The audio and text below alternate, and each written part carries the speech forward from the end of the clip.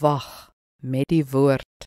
Psalm 130 verse 5 en 6 sê, ek wag op die Here, my hele wese wag, en op sy woord vestig ek my hoop. My hele wese wag op my Heer, meer as wagte op die môre, ja, wagte op die môre.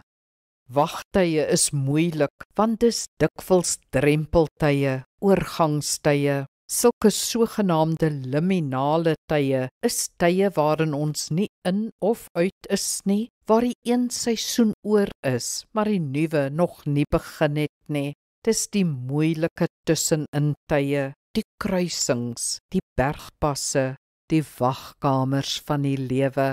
Dis waar ons vashak en nie vorentoe of agtertoe kan gaan nie. Dis in sulke tye dat die woord ons dra.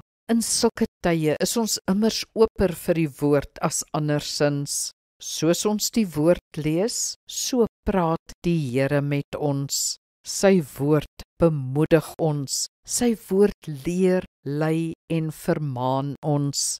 Dit leer ons God se karakter, dit wys ons op die geloofshelde, dit versterk ons deur God se beloftes. As jy dus op die Here wag, wag met die woord. Kom ons bid saam.